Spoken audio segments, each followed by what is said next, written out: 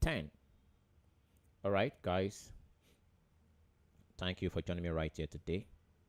I'm glad you are right here today. So, in this live stream, we are going to go through the market and see what we have for a better trade decision. Okay, so I am going to walk through the forex market. After the forex market, then we go through the crypto market. We check some of the markets, right? And after that, we are going to check if we have enough time to go through the stock market. So if you are right here, if you are joining us today, you are welcome. Right, this is ChartsEmpire Trading Academy. We offer trading tutorials in Yoruba and English. This is our Yoruba channel. You can as well check our English channel. That is ChartsEmpire Trading Institute. Right now, check the links in the description of this video to see our social media profiles and to become a member of our trading community or to start your trading career at ChartsEmpire Trading Academy. We are located in Mokola, Ibadan.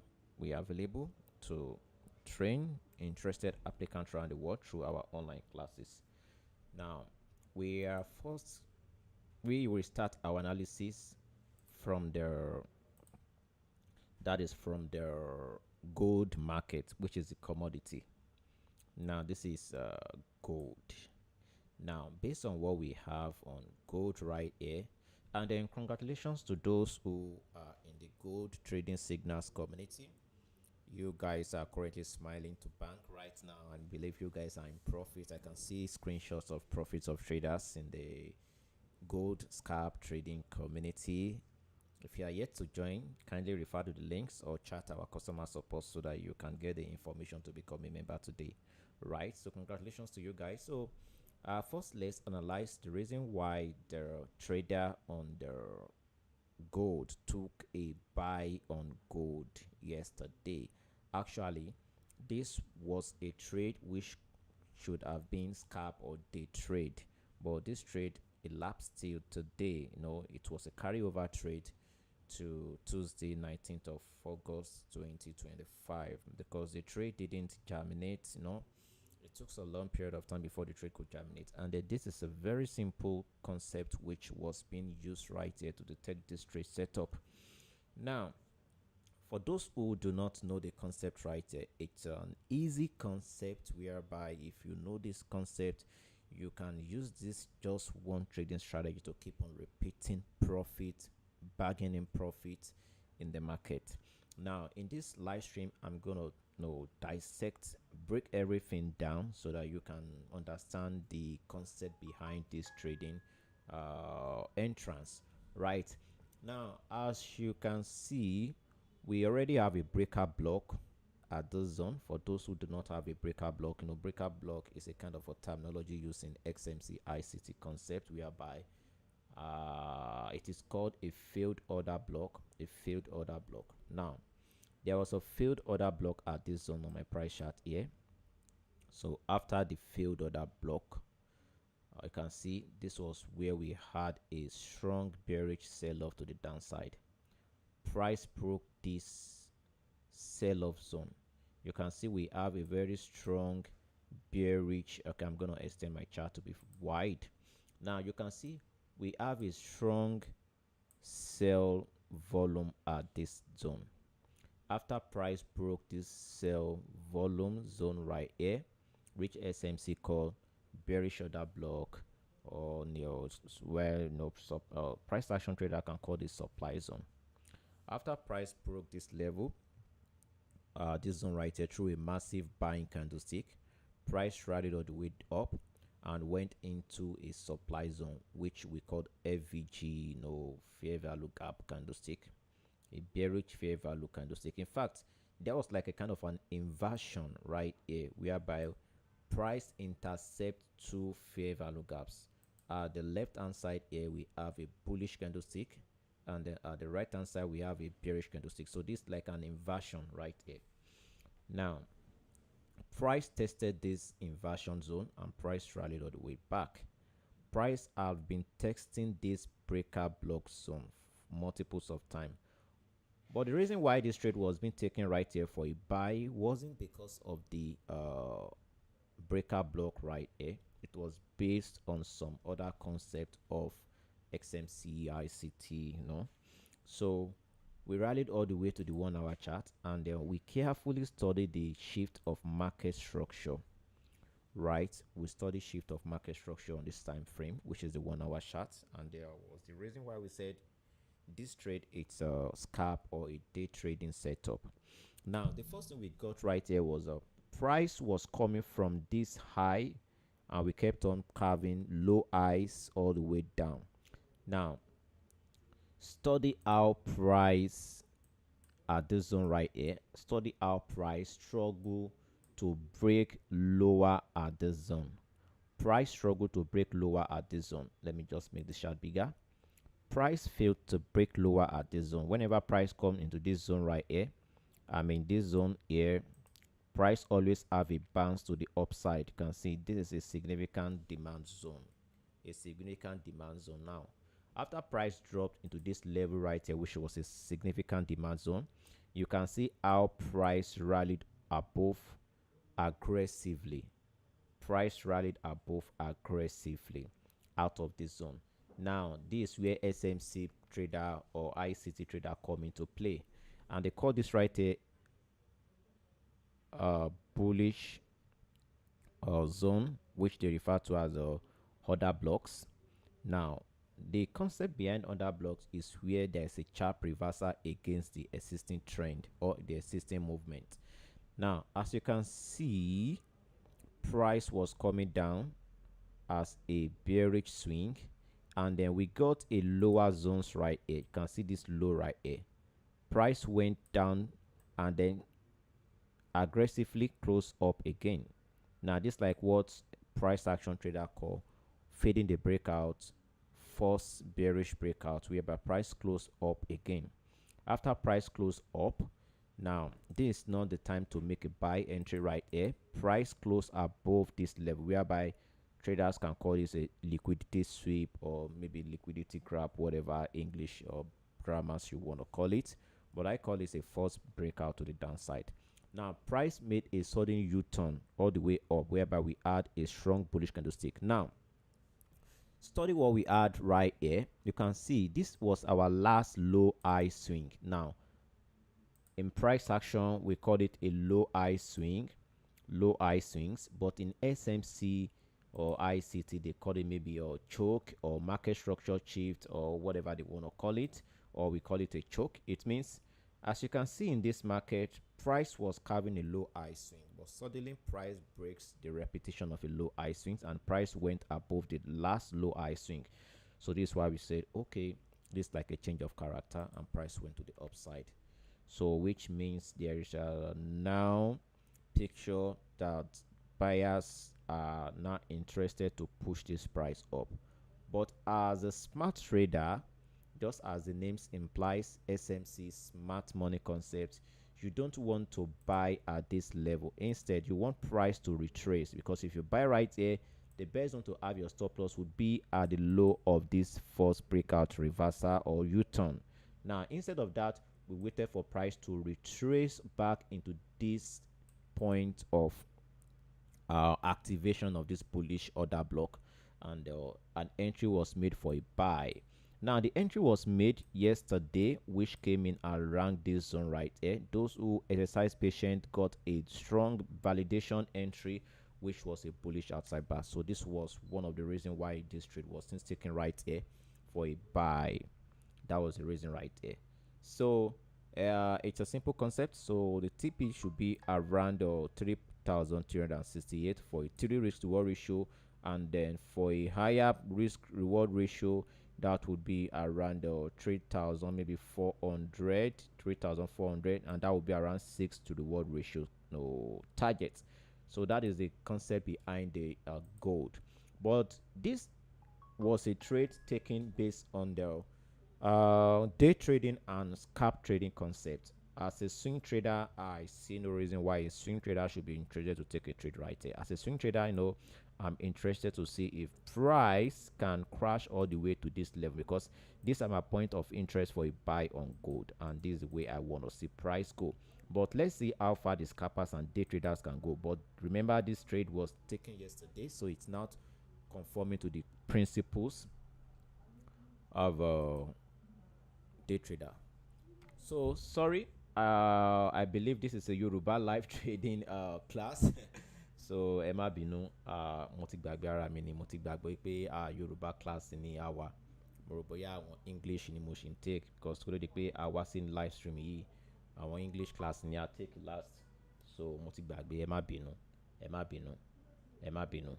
So ìkan tó ṣẹlẹ̀ bí ni pé gẹ́gẹ́ bí mo ṣe ń ṣàlàyé lọ lẹ́ẹ̀kan, a sọ fún wa wípé àwọn tí ó wọnú trade tí wọ́n send nínú day trading and scalp trading market ní àná, a kọ́kọ́ kí wọ́n kú oríire.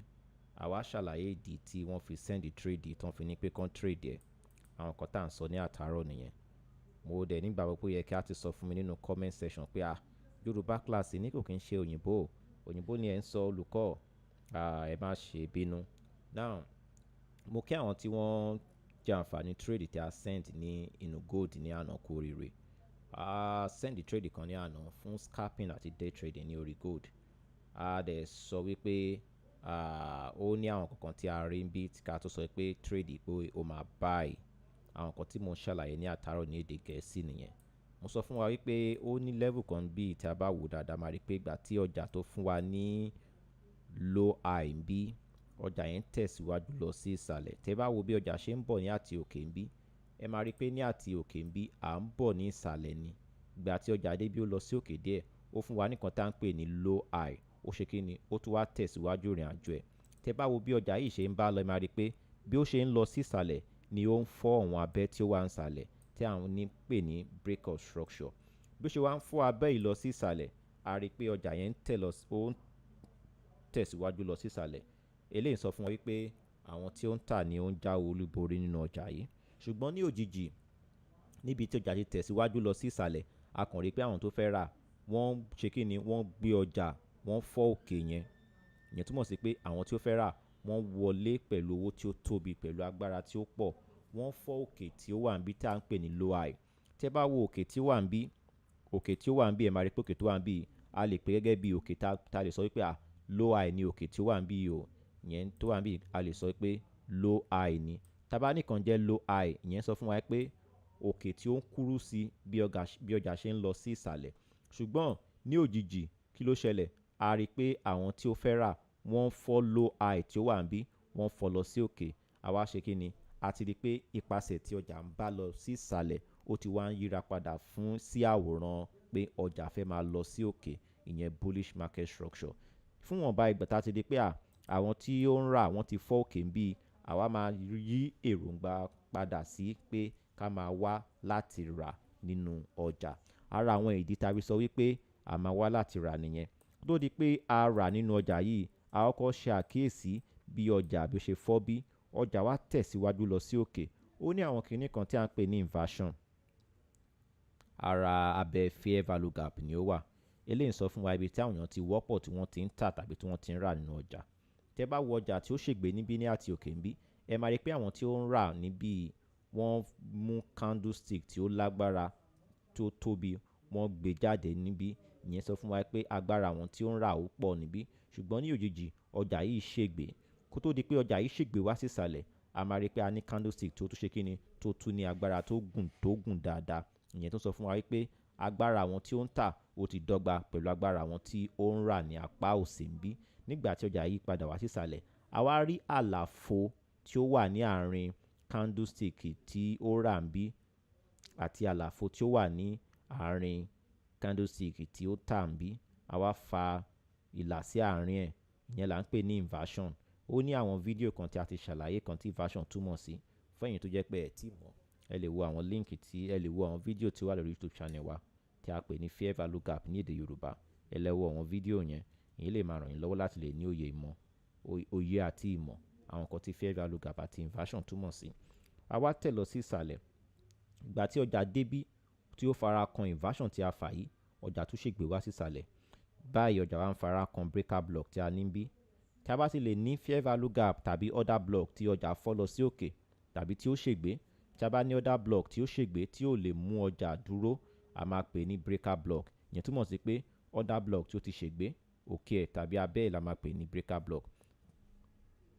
Tí ẹ bá wo bí a fàlà sí bíi pé bíbí yìí ó ṣe kí ni, ó ní oore ọ̀fẹ́ láti wá yíra padà sí support. A kàn lè sọ pé kan tó wà níbí gẹ́gẹ́ ó rí gẹ́gẹ́ bí resistance. Ìgbà tí ọjà débí tí a bá ti fọ́ resistance lọ sí òkè, ó ṣeé ṣe kó wá yíra padà sí support. Àwọn nǹkan tí à ń sọ ní àtàárọ̀ nìyẹn. Ìgbà tí ọjà débí a rí pé ìgbà tí ọjà ń lọ sí ìsàlẹ̀ ní òjijì, ọjà yíra padà, ó lọ sí òkè padà. Ìyẹn túmọ̀ sí pé ó tan àwọn tí ó fẹ́ máa tà bí ó tàn wọ́n jẹ. Ara ìdí tá fi ní ìrù tí ó gùn ní abẹ́ candlestick tó wà níbí nìyẹn. Ìgbà tí a rí ìrù yìí, a ṣe sùúrù, a lọ sórí wákàtí kan. Ìgbà tí a wà lórí wákàtí kan, tí a rí pé a ti rí àwòrán tó ń jẹyọ wípé àwọn èèyàn fẹ́ máa rà nínú ọjà yìí, ṣùgbọ́n a ti fẹ́ wọlé pẹ̀lú eré, a fẹ́ ṣe sùúrù. Ìgbà tí a rí pé ọjà yìí ṣègbè wá síbi tó ti gé àwọn èèyàn tàbí tó ti tan àwọn èèyàn tí wọ́n ń tà níbí, tí ọjà wá sí padà, a wá ṣe kí ni? A wá wọlé pẹ̀lú àwọn candlestick tí a máa ń kọ́ wa fún àpẹẹrẹ bullish engulfing. A wá rà ṣẹ̀rí bẹ́ẹ̀ yẹn. Ara ìdí tá fi rà nìyẹn. Gẹ́gẹ́ bí a ṣe ń sọ̀rọ̀ báyìí, àwọn tó wà nínú trading yẹn wà nínú èrè. So ṣùgbọ́n mo wá sọ fún wa pé gẹ́gẹ́ bí èmi tó jẹ́ pé mi ò kí ń ṣe day trader tàbí scalp trader, èmi fẹ́ wá orí ọ̀fẹ́ tó jẹ́ pé ọjà máa fi ṣègbè. Tí ọjà bá lè ṣègbè wá sí ìsàlẹ̀ ń bí, èmi máa wá orí ọ̀fẹ́ láti ṣe kí ni? Láti wá láti rà lọ sí òkè. Àwọn nǹkan tí mò ń sọ nìyẹn ní àtàárọ̀. Ṣóyé wa? Bí ó ṣe wà nìyẹn. Báyìí ẹ jẹ́ ká wá lọ sí inú ọjà forex. GBP USD mo ṣì wà nínú títà nú ẹ̀, mo ṣì wà níwọ̀nba béèrè díẹ̀. Ara ibi tí mo ti wọlé wà ní òun lẹ rí lórí chart mi yìí. Ara bí ni mo ti wọlé fún títà, mo ṣì wà ní èrè nú ẹ̀. So mo ṣì ń expect kí ọjà kó máa bọ̀ nísàlẹ̀ ní orí GBP USD. Ẹ jẹ́ ká wo Euro USD. Euro USD mi ò fi bẹ́ẹ̀ nífẹ̀ẹ́ sí kan tí ọjà ń ṣe ń bí. Ọjà yìí ti ń pẹ́ jù ń bí, mi ò fi bẹ́ẹ̀ nífẹ̀ẹ́ sí, ṣùgbọ́n mi kàn ń wò ní àwòrán ni, mo kàn ń wò ni. Euro GBP náà mi ò ṣe kankan ní orí ẹ̀. Èmi kàn rí ọjà tó wà ń bí, ọjà tó jẹ́ pé kò tí ì sọ fún wa bí pàtó tó fẹ́ rìn ìrìn àjò lọ. Mo kàn ń sọ náà ni, mi ò tí ì gbé ìgbésẹ̀ ní orí Euro GBP. AUD USD mi ò nífẹ̀ẹ́ sí ọjà tó wà ń bí. New Zealand USD mi ò nífẹ̀ẹ́ sí ọjà tó wà ń bí. USD Canada mo rí ó ṣeé ṣe kí àwọn tó fẹ́ tà kó ń sún ọjà wá sísàlẹ̀ ní orí USD Canada. USD Yen mi ò nífẹ̀ẹ́ sí kan tí ọjà ń ṣe bẹ́ẹ̀ yẹn. USD Switch mi ò nífẹ̀ẹ́ sí kan tí ọjà ń ṣe bẹ́ẹ̀. GBP Yen mo wà ní títà náà. Mo sọ fún yín ìgbà tí mo wọlé ní ọ̀sẹ̀ tó kọjá, mo tún sọ ní àná pé orí ọ̀fẹ́ wà níbí fún àwọn tó tún fẹ́ tà. Ìyẹn àwọn tó wà nínú VIP group wa. Ẹ máa rí message yẹn tí mo send nínú Forex VIP mentorship group. Ẹ máa rí ń bẹ̀ àwọn stop loss àti entry tí mo sọ. Mo ṣì wà ní títà nínú GBP Yen, mo ṣì wà nínú èrè náà. Ẹ ká wo Euro Yen. Euro Yen náà mi ò nífẹ̀ẹ́ sí kan tí ọjà ń ṣe bí. Mo sì fẹ́ kí ọjà tó bá lè wá sí òkè, tí ọjà bá lè fara kan òkè ń bí, níbí ni màá ti máa wá rí ọ̀fẹ́ bóyá ó ṣe é ṣe kárí àwọn tó fẹ́ tà kan wọlé sínú ọjà. AUD Yen mi ò nífẹ̀ẹ́ sí kan tí ọjà ń ṣe ń bí, mi ò nífẹ̀ẹ́ sí. New Zealand Yen mi ò nífẹ̀ẹ́ sí kan tí ọjà ń ṣe ń bí. Ó á wù mí kí n rí kí ọjà kó gbéra lọ sí òkè, kó débí, tó di pé ó máa padà wá sí ìsàlẹ̀. Nǹkan tí mo ń wò nìyẹn. Canada Yen mi ò nífẹ̀ẹ́ sí, mi ò ṣe kankan lórí ẹ̀. Ẹ jẹ́ ká wo àwọn ọjà míì tí a tún lè máa ṣọ́. Canada Yen, bó tilẹ̀ jẹ́ pé a trade eléyìí ní ọ̀sẹ̀ tí ó kọjá báyìí, a make owó wọlé. Mo kí àwọn tí ó take trade yẹn, mo kí wọn kú oríire ní ọ̀sẹ̀ tí ó kọjá. Àwọn tó wà nínú VIP group wa ẹ kú oríire. Mi ò ṣe kankan náà lórí trade yìí ní Canada Yen, kò sí kan ní inú ẹ̀ ní ọ̀sẹ̀ tí a wà yìí. Swiss Yen náà kò tí sí kankan náà nú ẹ̀, GBP Canada, a sì ń ṣọ́ GBP Canada yìí, ṣùgbọ́n nǹkan tí mò ń wò lójú GBP Canada ni pé èmi fẹ́ kí ọjà yìí kó sì lọ sí òkè dáadáa kí ló dé pé a máa wá láti tà. Níbi tí ọjà wà yìí mi ò nífẹ̀ẹ́ sí láti tà. Mo sì fẹ́ kí ọjà kó ṣe kíni lórí wákàtí kan yìí kó sì lọ sí òkè dáadáa sínú bí lórí pé a máa wá láti tà. Àwọn ìpinnu tí mo ṣe ní orí GBP Canada nìyẹn. Èmi ò tí tà, ní orí GBP Canada, ṣùgbọ́n mò ń rí àwọn àwòrán tó ń fara hàn pé àwọn tó fẹ́ tà wọ́n máa nífẹ̀ẹ́ sínú ọjà yìí. GBP AUD mi ò tí ì ní ìfẹ́ sí títà nínú ọjà yìí, ṣùgbọ́n mo ní inversion kan tí mo fi hàn yín lẹ́ẹ̀kan tí mo ṣàlàyé ní orí gold. Ó ṣeé ṣe kí ọjà kó fara kan bíbí lórí pé ó máa ṣì gbé wá sí ìsàlẹ̀. Àwọn nǹkan tí mo ń wò ní orí GBP AUD nìyẹn. GBP New Zealand náà mi ò ṣe kankan lórí ẹ̀. GBP Swiss náà mi ò nífẹ̀ẹ́ sí. Euro AUD ó wà ní ara àwọn ọjà tí mò ń ṣọ́. Mo fẹ́ kí ọjà kó ṣe kíni, kó lọ sí òkè ń bí, kárí bí kan bí ẹ̀tàn jẹ fún àwọn tó fẹ́ rà kó yí padà sísàlẹ̀ ní òjijì lórí pé a máa wá láti tà. Ìyẹn ni Euro Canada. Euro AUD náà mo sì ń rí i pé ọjà yìí ó sì ń ṣe kùrùkẹrẹ lọ síbi tó yẹ pé àwọn tó fẹ́ tà àwọn ti máa nífẹ̀ẹ́ sí, ṣùgbọ́n àti rí àmì ìdánilójú pé ọjà yìí fẹ́ tà. Euro New Zealand mo sì ń ṣọ́ náà, mo sì ń wá àkọ́tọ̀ ọjà máa ṣe ń bí, ṣùgbọ́n àti rí àwòrán tó sọ fún wa pé àwọn tó fẹ́ tà wọ́n ti fẹ́ fìfẹ́ hàn sí. Euro Swiss náà, Euro Swiss mi ò tí ì rí ìdí pàtàkì, ṣùgbọ́n àwọn tó wà ní VIP wa dàbí wọ́n tà ní ọ̀sẹ̀ tí ó kọjá. AUD Canada mi ò nífẹ̀ẹ́ sí. AUD Switch mi ò nífẹ̀ẹ́ sí. New Zealand Switch mi ò nífẹ̀ẹ́ sí. Gẹ́gẹ́ bí a ṣe ń sọ̀rọ̀ yìí, mò ń ta GBP Yen, mo dẹ̀ ń ta GBP USD. Àwọn ọjà méje tí mò ń tà nìyẹn. Tí a bá ní ìbéèrè, ẹ lè jẹ́ ká béèrè ìbéèrè wa, tàbí tí a bá ní àwọn currency tí ẹ fẹ́ ká gbé yẹ̀wò, tí ẹ fẹ́ ká ṣàtúpalẹ̀, ẹ jẹ́ ká mọ̀. Báyìí ẹ ká wo Bitcoin. Bitcoin àti ọ̀sẹ̀ tó kọjá la ti ń tà, ni a ti ń tà, àwọn kan ti jáde pẹ̀lú èrè, àwọn kan sì wà nú ẹ̀. Ṣẹ̀rí, à ń sọ wípé ọjà máa wá sí 112,000. Ibẹ̀ náà la ṣe ń ṣọ́ kọjá kó sì gbé wá síbẹ̀. A sì wà nínú títà nínú Bitcoin láti ọ̀sẹ̀ tó kọjá. Ẹ̀yin tẹ́ bá wà nú ẹ̀, ẹ lè bo èrè tí ẹ ti ní sí orí 117,000. Bẹ́ẹ̀ ni. Ṣá ní ìbéèrè, ṣá ní àwọn tó fẹ́ béèrè ìbéèrè, ṣá ní àwọn tó ní àwọn ọjà tó fẹ́ ká gbé yẹ̀wò, tó fẹ́ ká analyze. Ṣá ní ìbéèrè.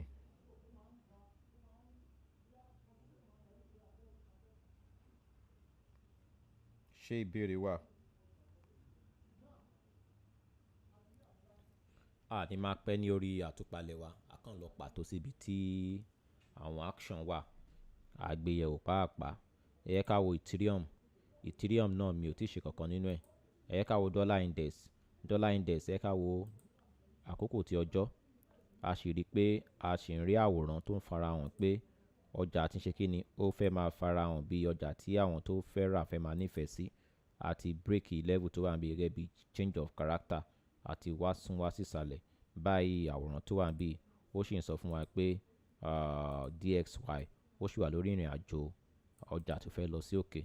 Àfi tá bá rí tí ọjà bá ṣe kíni tó bá fọ́ ìsàlẹ̀ tó wà níbí lọ sí ìsàlẹ̀, ká tó máa wò pé àwọn tí ó fẹ́ rà wọ́n fi bẹ́ẹ̀ ní agbára nínú ọjà yìí.